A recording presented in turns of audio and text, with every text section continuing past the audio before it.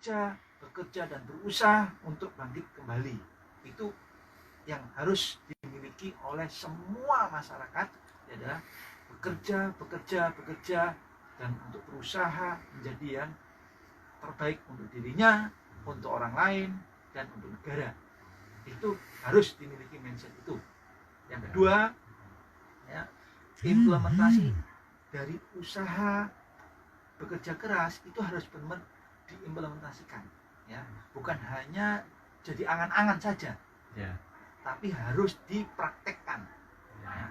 Bagaimana cara mempraktekannya? Yaitu dengan kemampuan yang dimiliki atau potensi yang dimiliki harus diimplementasikan di lapangan, ya, harus benar-benar diimplementasikan.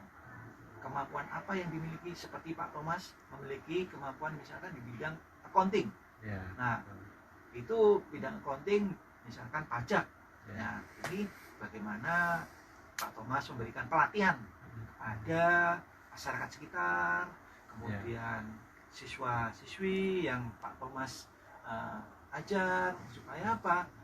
Mereka memiliki kemampuan pengetahuan yang bisa bermanfaat untuk dirinya dan bangsa dan negara. Oke ya, jadi luar biasa sekali inspirasinya, bahwasanya di tengah situasi apapun kita jangan sampai kehilangan semangat, ya. Kalau saya lihat dari apa yang di-sharingkan dari Pak Pras, jadi tetap semangat, tetap optimis, ya, bahwasanya tiap pagi kita masih menghirup udara segar, tiap pagi matahari juga masih bersinar bagi kita. Nah, itu sudah termasuk optimisme. Jadi ini sangat inspiratif sekali, ya. Jadi rekan-rekan sekalian dan juga kita semua, termasuk saya dan yang ada di sini juga, jadi kita tetap optimis, kita tetap semangat, kita punya mindset yang tetap lihat ke depan, ya, tidak lihat ke belakang. Nah, itu suatu hal yang sangat bagus, ya. Oke, ya, tapi satu hal lagi saya perlu tanya juga kepada Pak Pras, bagaimana contoh-contoh nyata, ya, contoh-contoh nyata ini secara teknis, ya. Pak Pras melakukan suatu perubahan ketika masuk pada situasi awal pertama itu sekitar bulan Maret atau April, pada waktu itu terjadi lockdown, ya, situasi yang bagi kita dan mungkin bagi teman-teman setanah air mungkin belum pernah ngalami, ya. Nah, ketika itu mungkin Pak Pras bisa sharing apa perubahan apa yang Bapak lakukan saat bulan Maret, April atau Mei itu, ya. Oke. Di bulan Maret begitu terjadi lockdown, informasi dari pemerintah menyebar ke masyarakat, ya. Kemudian turunlah kebijakan dari pihak kampus, ya, ke dosen-dosen bahwa diberlakukan pembelajaran secara daring, ya, menggunakan laptop lewat internet, ya, dimana semua pembelajaran berlaku secara daring di awal-awal, karena jumlah yang terkena virus makin bertambah, maka dilakukan hal itu, ya. Nah, jadi mulai beradaptasi, ya, di situ. Memang dari awal tidak direncanakan, ya, sehingga hal itu harus benar-benar dilakukan adaptasi untuk menyesuaikan proses pembelajaran secara daring di kampus Politeknik Indonesia. Gitu. Ya. Oke, ya, jadi mungkin tidak jauh kan dengan rekan-rekan sekalian. Jadi dalam situasi yang serba mendadak dan kita tidak tahu dan tiba-tiba berubah 180 derajat.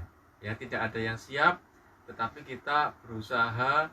Kalau saya lihat dari sharing Pak Pras, kita memaklumi diri kita sendiri, memaafkan diri kita sendiri, bahwasanya memang kita harus beradaptasi, ya. Nah, ya, jadi pelan-pelan juga, ya. Jadi tidak ngotot, tidak ngoyo saya harus begini, karena situasi yang memang kita semua harus maklumi, kita harus menyadari kemampuan kita memang tidak bisa secepat itu berespon dengan situasi yang serba mendadak dan serba ekstrim ini, ya, saat-saat awal gitu, ya.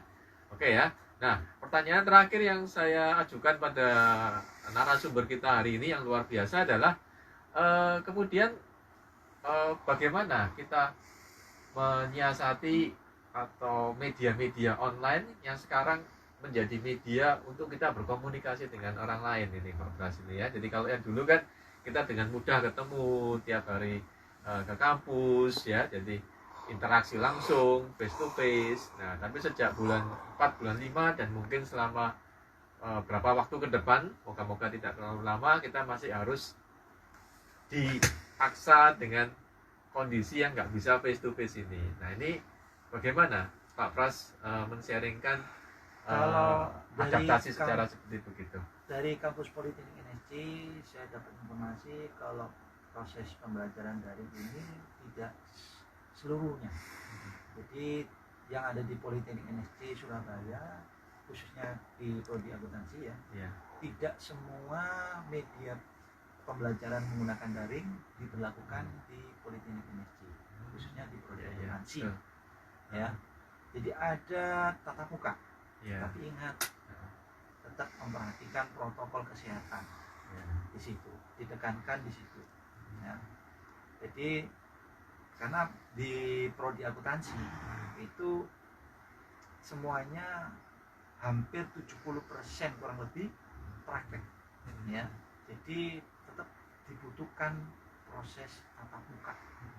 Contoh salah satunya apabila kita mengambil mata kuliah komputerisasi akuntansi, ya, kita harus berhadapan dengan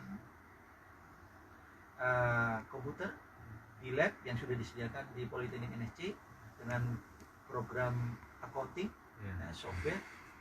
Bisa kalau nggak salah satunya ada Zahir Accounting, ya, itu transaksi-transaksi ya yang sudah disiapkan dalam contoh prakteknya itu diimplementasikan di dalam program aplikasi accounting tersebut, dan dibimbing oleh dosen akuntansi.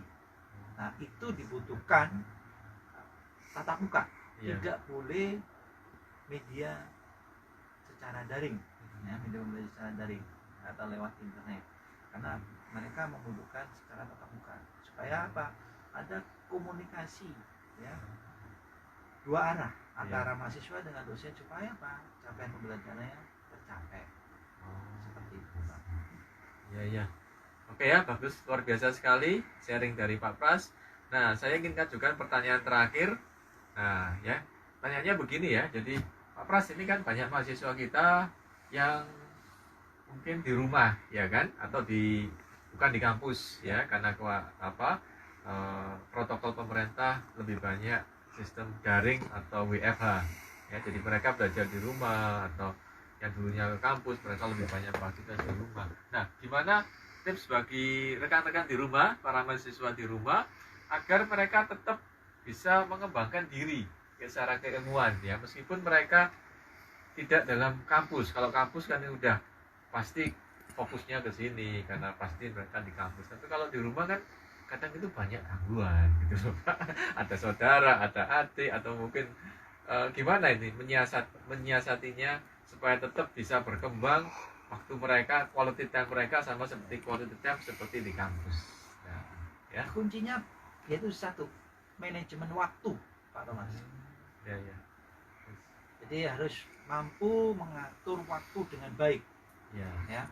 Kapan dia berkomunikasi dengan keluarga, kapan dia harus belajar, kapan dia harus beribadah, kapan dia harus makan. Nah, ini benar-benar ada manajemen waktu yang harus benar-benar dilakukan secara konsisten. Seperti itu, ya.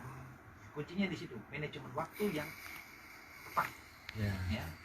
Kalau manajemen waktu yang tidak tepat, ya, maka itu tadi mereka akan harus berurusan dengan teman, harus berurusan dengan kampus, dengan keluarga, dicampur-adukan dan terbengkalai. Kalau manajemen waktunya tidak tepat, ya akan terbengkalai. Seperti itu. Jadi apa yang kalau bisa direncanakan, jam sekian saya harus belajar, ya. Berapa lama waktunya? Selesainya harus diperhitungkan. Seperti itu. Kemudian ibadah kita, berapa jam, paling lama sekian. Ya. Nah, itu sudah diperhitungkan betul. Jadi kuncinya di manajemen waktu. Jadi kalau misalnya mereka waktunya belajar juga anggota keluarga tolong diberi pengertian. Iya, Jangan diganggu, saya di sini di ruangan betul. ini. Itu manajemen waktu dan planningnya itu tepat. Jadi rencananya tepat. Disiplin waktu adalah Iya. kuncinya ya Pak ya. Iya. Nah, oke ya, ini saya mendapat satu pencerahan. Jadi meskipun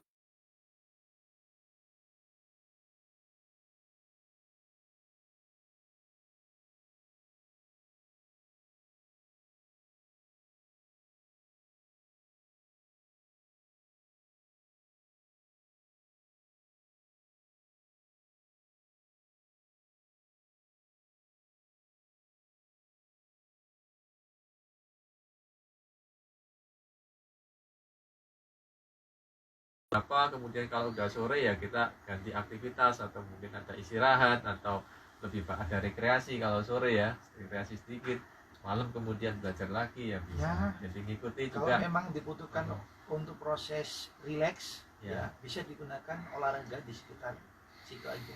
Tidak terlalu jauh-jauh. Misalkan melakukan stretching, ya, ya, jogging di tempat, ya. ya, pelenturan otot-otot, ya.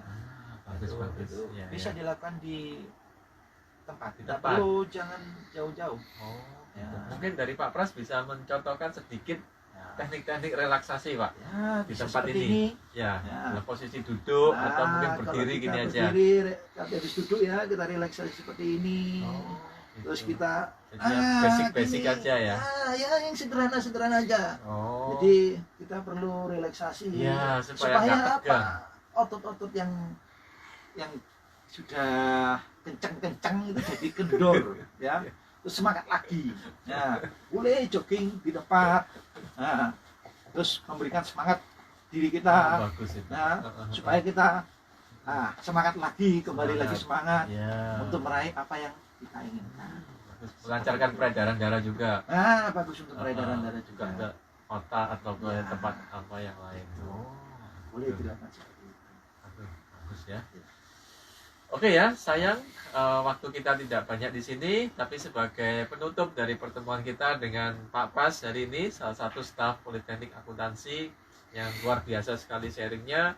Jadi saya nangkep pada tips yang terakhir, yaitu tetap kita harus olahraga, tetap kita harus gerak badan.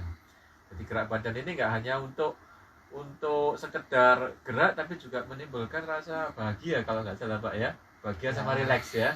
Nah, gitu ya. Jadi sehingga begitu kita mau Zoom atau belajar itu bisa lebih masuk, lebih encer gitu ya, pikirannya lebih fit gitu ya, dan makanan sehat tentu saja Pak ya. Ya. Jadi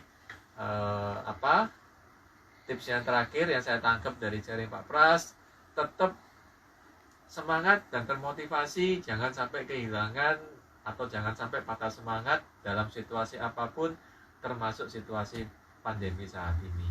Ya, jadi kita yakin dengan sama-sama menjalankan protokol kesehatan, kita akan masuk ke fase yang lebih baru dan lebih banyak pengharapan dan lebih banyak peluang dan kesempatan di tempat tersebut.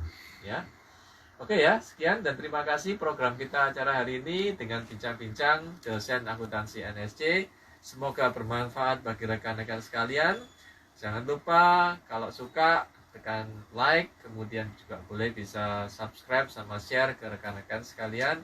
Semoga pelajaran hari ini mendapat bermanfaat bagi kita semua.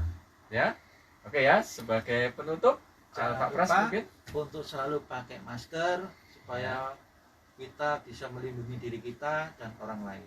Nah, bagus sekali. Bagus, selalu Ya. pakai masker, Ya. Dan juga sering cuci tangan, tidak pada waktu kita keluar rumah atau mau berkunjung ke mall atau ke pasar, tetap setelah itu harus cuci tangan. Ya, jaga Ya, kebersihan. Jaga, Ya. yang kita. Oke. Terima kasih. Selamat pagi semuanya, ya. Yes, Mas.